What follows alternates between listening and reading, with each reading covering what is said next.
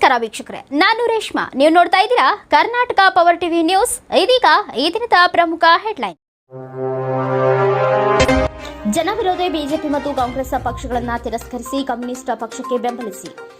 SUCI ಪಕ್ಷದ ಅಭ್ಯರ್ಥಿ ಶರಣುಗಡ್ಡಿ ಅವರು ಯಲಬುರ್ಗಾ ಪಟ್ಟಣದಲ್ಲಿ ನಡೆದ ಬೀದಿ ಬದಿಯ ಸಭೆಯಲ್ಲಿ ಮಾತನಾಡಿ, ಕೊಪ್ಪಳ ಲೋಕಸಭಾ ಕ್ಷೇತ್ರದಲ್ಲಿ ಅಧಿಕಾರಕ್ಕೆ ಬಂದ ಜನಪ್ರತಿನಿಧಿಗಳು ಜನಗಳ ಮೂಲಭೂತ ಸಮಸ್ಯೆಗಳನ್ನು ಪರಿಹರಿಸಿಲ್ಲ. ಮುಖ್ಯವಾಗಿ ಕುಡಿಯುವ ನೀರಿನ ಸಮಸ್ಯೆ ಬಗೆಹರಿಸಿಲ್ಲ.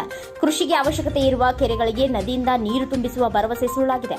ನೂರಾರು ಕೈಗಾರಿಕೆಗಳಿದ್ದರೂ ಯುವಕರಿಗೆ ಕೆಲಸವಿಲ್ಲ. ಯಲಬುರ್ಗಾ ತಾಲೂಕಿನ ಹಲವಾರು ಹಳ್ಳಿಗಳಲ್ಲಿ ಈಗಲೂ ಗುಳೆ ಹೋಗುವ ಪರಿಸ್ಥಿತಿ ನಿರ್ಮಾಣವಾಗಿದೆ. ಉದ್ಯೋಗ ಖಾತ್ರಿ ಯೋಜನೆಯನ್ನ ಕನಿಷ್ಠ 200 ದಿನಕ್ಕೆ ಹೆಚ್ಚಿಸಿ ಕನಿಷ್ಠ ಕೂಲಿ 600 ನಿಗದಿ ಮಾಡಿ ಉದ್ಯೋಗ ಖಾತ್ರಿ ಕೆಲಸ ನಗರಕ್ಕೂ ವಿಸ್ತರಿಸಬೇಕಾಗಿದೆ ಎಂದರು. ಯಲಬುರ್ಗಾ ಪಟ್ಟಣದಲ್ಲಿರುವ ಸರ್ಕಾರಿ ಆಸ್ಪತ್ರೆ ಮತ್ತು ಕಾಲೇಜುಗಳಲ್ಲಿ ಮೂಲಭೂತ ಸೌಕರ್ಯಗಳನ್ನು ಹೆಚ್ಚಿಸಬೇಕು. ಖಾಯಂ ಉಪನ್ಯಾಸಕರನ್ನ ನೇಮಕ ಮಾಡುವ ಕೆಲಸ ಆಗಬೇಕು. ಆದರೆ ದೊಡ್ಡ ದೊಡ್ಡ ಪಕ್ಷಗಳು ಈ ಕೆಲಸಗಳನ್ನ ಮಾಡುತ್ತಿಲ್ಲ. ಜಾತಿ ಧರ್ಮದ ಹಣ ಹೆಂಡದ ನೀಚ ರಾಜಕೀಯ ಮಾಡುತ್ತಿವೆ. ಆದರೆ ನಮ್ಮ ಪಕ್ಷ ಜನರ ಬದುಕಿನ ಸಮಸ್ಯೆಗಳ ಪರಿಹಾರಕ್ಕೆ ನಿರಂತರ ಹೋರಾಟ ಕಟ್ಟುತ್ತಿದೆ.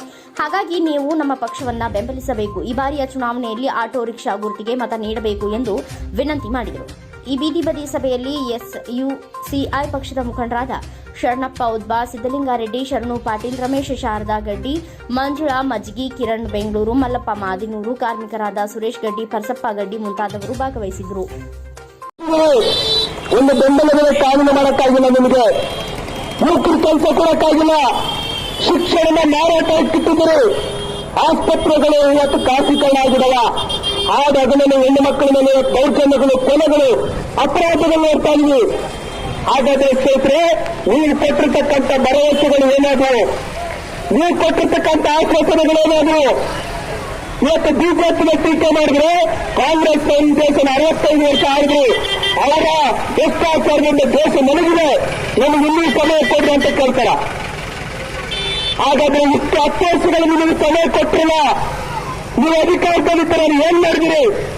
ನೀವೇನ್ ಮಾಡಿದಿರಿ ಅಂದ್ರೆ 2014 ದೇಶದ ಸಾಲ 53 ಲಕ್ಷ ಕೋಟಿ ಇದ್ದದ್ದು 2024 ಅಷ್ಟೊತ್ತಿಗೆ ದೇಶದ ಸಾಲ 183 ಲಕ್ಷ ಕೋಟಿ ಸಾಲ ಆಗಿದೆ. ಪ್ರತಿಯೊಬ್ಬ ಈ ದೇಶದ ಪ್ರಜೆಗಳು 1 ಲಕ್ಷ ರೂಪಾಯಿ ಸಾಲ ತಲೆ ಮೇಲೆ ಇಟ್ಟಿದ್ದಾರೆ ಸ್ನೇಹಿತರೆ, 1 ಲಕ್ಷ ಸಾಲ ತಲೆ ಮೇಲೆ ಇಟ್ಟಿದ್ದಾರೆ.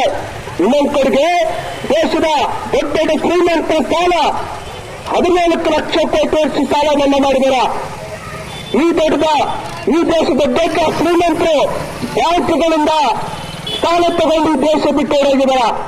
ವಿಜಯ ಮಲ್ಯ 80,000 ಕೋಟಿ, ನೀರವ್ ಮೋದಿ ಅಂತೇಳಿ ವಜ್ರ ವ್ಯಾಪಾರಿ ಗುಜರಾತ್ನವರು 13,000 ಕೋಟಿ, 1,000 ಕೋಟಿ ರೂಪಾಯಿ ಸಾಲ ತಗೊಂಡು ದೇಶನ ಬಿಟ್ಟೋದ್ರು.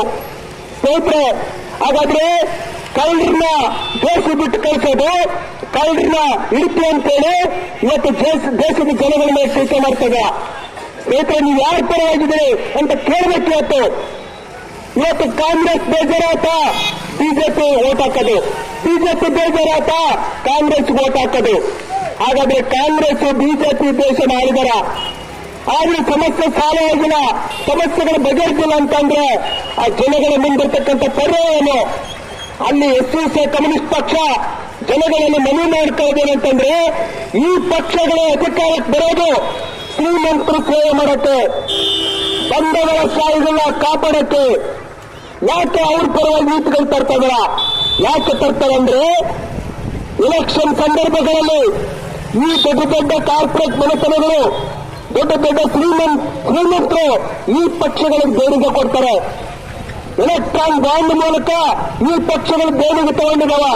1,000 ಕೋಟಿ ರೂಪಾಯಿ ಇವತ್ತು ದೊಡ್ಡ ದೊಡ್ಡ ಕಂಪನಿಗಳು ಸಾಲ ಕೊಟ್ಟಿದ್ದಾರೆ. ಎಲ್ಲಾ ಪಕ್ಷಗಳಿಗೆ, ಕಾಂಗ್ರೆಸ್ಗೆ ಕೊಟ್ಟಿದ್ದಾರೆ, ಬಿಜೆಪಿ ಕೊಟ್ಟಿದ್ದಾರೆ, ಪ್ರಾದೇಶಿಕ ಪಕ್ಷಗಳು ಕೂಡ ಸಾಲ ತಗೊಂಡು ಈ ಎಲೆಕ್ಷನ್ ಖರ್ಚು ಮಾಡ್ತಾರೆ ಸ್ನೇಹಿತರೆ.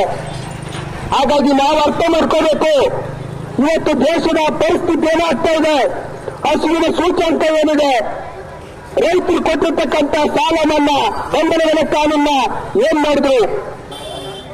ಇವತ್ತು ಬಡತನ ರೇಖೆ ಏನಿದೆ, ಹಸುವಿನ ಸೂಚ್ಯಂಕ ಏನಿದೆ, ಆರೋಗ್ಯ ಸ್ಥಿತಿ ಏನಾಗಿದೆ, ಶಿಕ್ಷಣದ ಪರಿಸ್ಥಿತಿ ಏನಾಗಿದೆ, ಯುವಕರ ಪರಿಸ್ಥಿತಿ ಏನಾಗಿದೆ? ಕರ್ನಾಟಕ ಸರ್ಕಾರದಲ್ಲಿ 1,58,000 ಹುದ್ದೆಗಳ ಕಾನೂನವ ಭರ್ತಿ ಮಾಡ್ಕೊಂಡಿಲ್ಲ. ದೇಶದಲ್ಲಿ 9 ಲಕ್ಷ ಹುದ್ದೆಗಳ ಕಾಲಿಕರು ಭರ್ತಿ ಮಾಡ್ಕೊಂಡಿಲ್ಲ.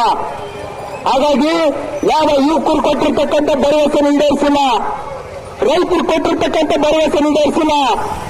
ಹಾಗಾಗಿ ಈ ಪಕ್ಷಗಳು ಇವತ್ತು ದೊಡ್ಡ ದೊಡ್ಡ ಶ್ರೀಮಂತರಿಗೆ ಇವತ್ತು ಅವರ ಪರವಾಗಿ ನೀತಿಗಳು ತರ್ತಕ್ಕಂಥ ಪಕ್ಷಗಳು.